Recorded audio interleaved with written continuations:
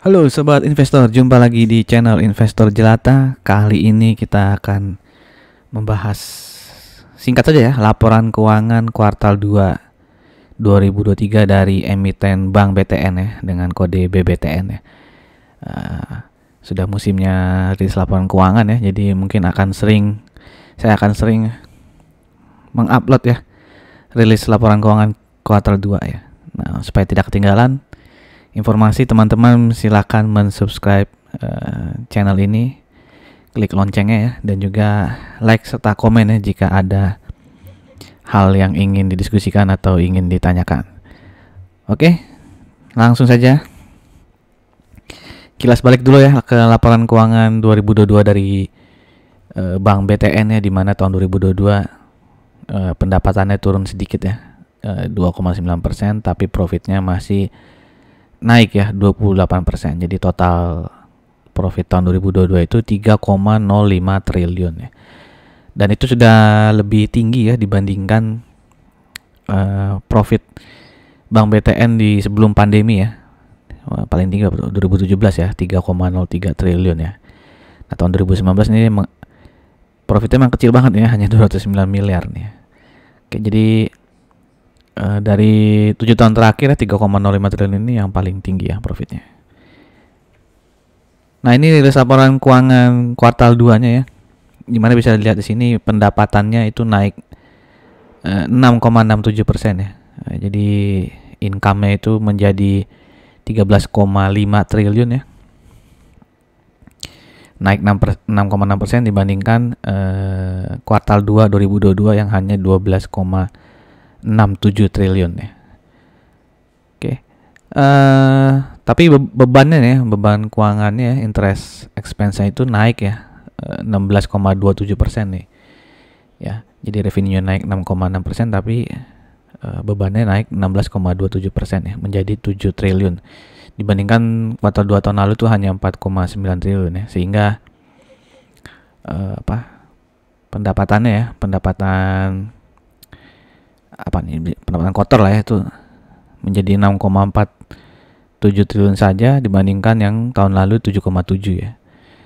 Oke, tapi untungnya dia bisa menekan ini ya, operating expense-nya nih.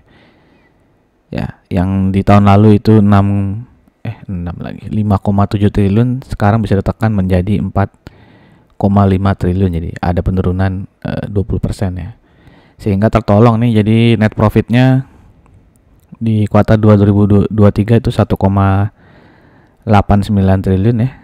Di tahun lalu itu 1,9 triliun ya. Oke.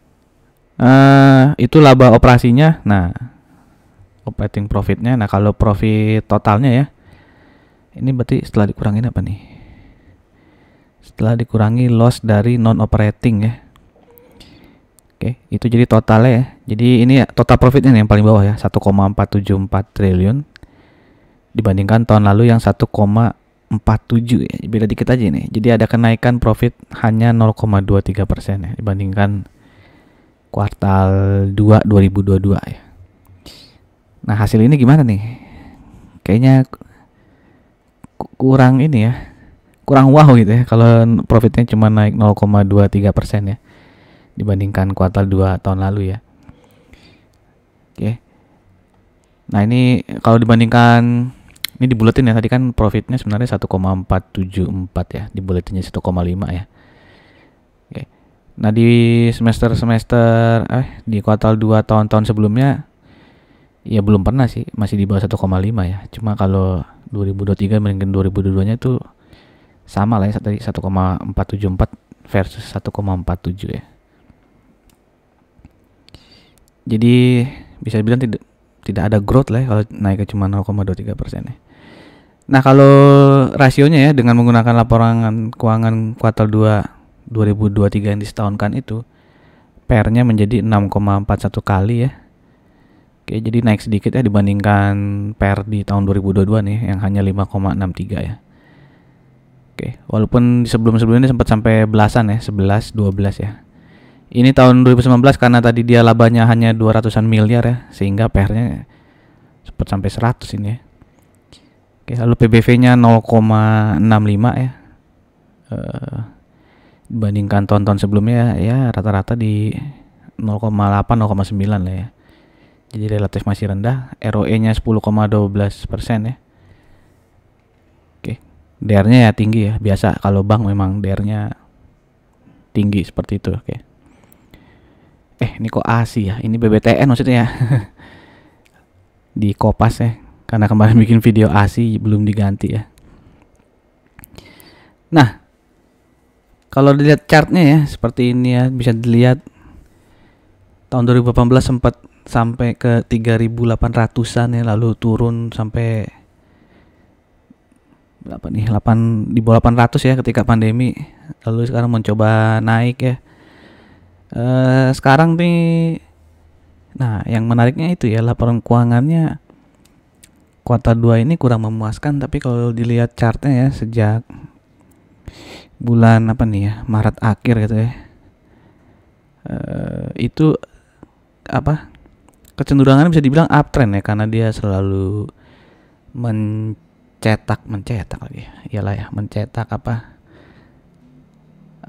higher low ya. Lalu dia juga sudah break resisten di sini ya, ada ya bisa dibilang ini double top di sini, itu bisa dia break 4 hari lalu tuh ya, dengan volume yang cukup besar ini ya, dia break resistennya ya, resisten yang 2 ini nih ya.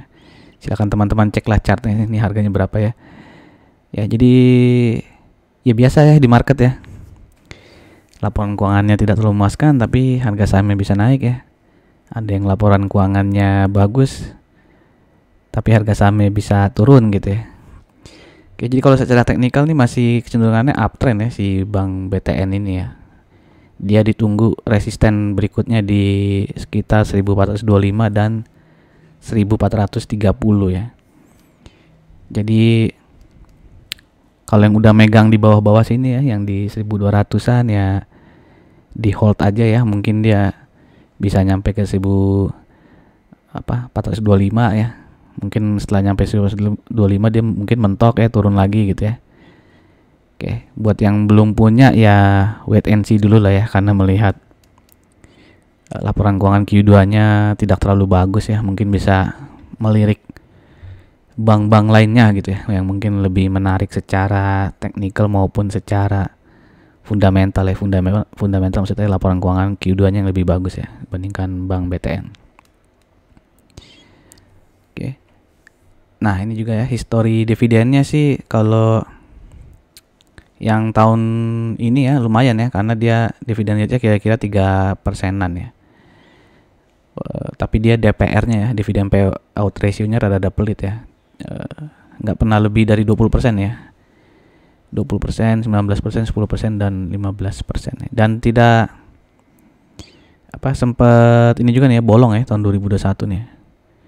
Jadi laba tahun 2020 tuh nggak dibagikan ya. Oke, demikian saja informasi terkait rilis laporan keuangan kuartal 2 2023 milik Bank BTN. Bagaimana menurut teman-teman, apakah Bank BTN cukup menarik untuk dibeli ya? Kalau menurut saya sih, kalau saat ini tadinya sih cukup menarik ya kalau ngeliat teknikal, tapi ngeliat laporan keuangannya jadi kurang menarik nih. Tapi sekali lagi nih hanya pendapat pribadi ya, disclaimer on, tidak ada ajakan untuk membeli maupun menjual. Oke, demikian. Tunggu sampai jumpa di video-video berikutnya ya, yang kemungkinan akan banyak tentang laporan keuangan kuartal 2 2023. Oke, terima kasih. Salam jelata.